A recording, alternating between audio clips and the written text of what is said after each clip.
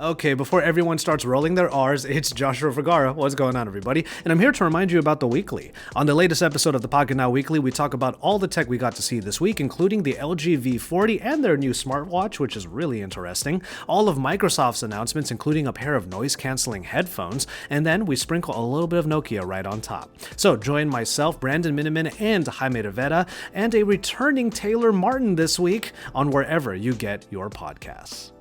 We get new renders of the Mate 20 along with some price tags, and also for the Mate 20 Pro as well. We also get more leaks of the Google Pixel 3 XL in its retail box because we're just not having enough of these. And Samsung wants to bring 4 rear cameras to a phone, and it's apparently not the Galaxy S10.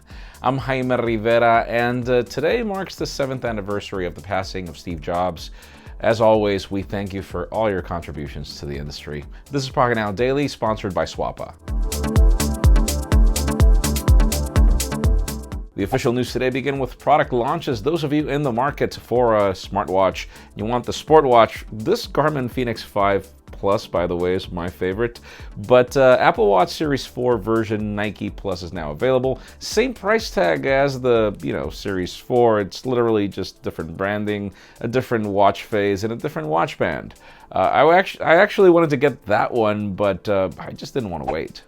Now let's talk about AirPods competitors, because we are full of them right now. Not necessarily as good, but Nokia is bringing us some new ones. They're literally just called the wireless headphones from Nokia.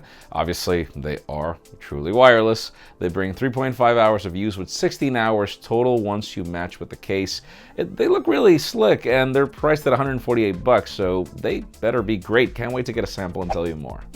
Now let's move the spotlight over to Samsung's plan to take over the more cameras on a mid-ranger battle, as we've got some rumors that the company is working on yet another phone with more cameras, this time 4 cameras, and we're not talking about the Galaxy S10. Apparently this is another premium mid-ranger. The company is serious about the fact that they want to bring innovation to this market, because that's pretty much where most companies are making money right now. And well, the cameras are kind of insane. You can see full specifications in the description. I don't know if more cameras, 4 cameras at the back, I don't know if that's the answer, but why not? I used the LG V40. The implementation wasn't that great on that one. And thanks to a Facebook page, and by the way, that's not my favorite social network, but yes, we get to see the retail packaging of the Google Pixel 3 XL. It looks pretty much like the packaging of the Google Pixel 2, which I liked a lot.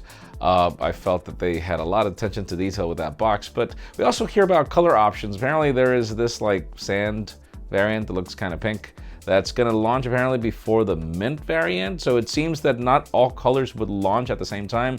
Stay tuned, the event is coming up very soon, and I'm really looking forward to it. And finally, the hottest news today have to do with the Huawei Mate 20, Mate 20 Pro. We get leaked renders of the Mate 20 this time. We've seen it from the front, but not necessarily from the back. And as it turns out, it seems that there won't be many differences with the back. It's just going to be the same phone with a different display and a different price tag, because we hear that the Mate 20 is going to be costing somewhere around $850 to $900. And wait for it, it seems that the Mate 20 Pro is going to be costing a whopping $1,100. They look like beasts to me. I'm not saying that they're going to be worth it. I think no phone is worth that money, but let us know in the comments. What do you think?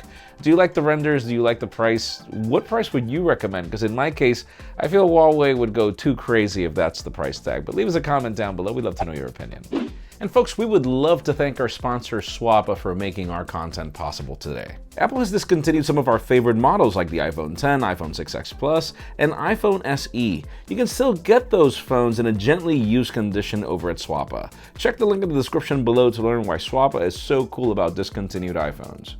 Friends, again, if you want to get the news earlier, follow us on Pocketnow.com and subscribe to both our channels, English and Spanish, for more videos like this one. You can follow me on Twitter, Jaime_Rivera, on Instagram, and Jaime Rivera. Please give this video a thumbs up if you like what you saw. I'm Jaime Rivera. Thanks so much for watching. We'll see you next week.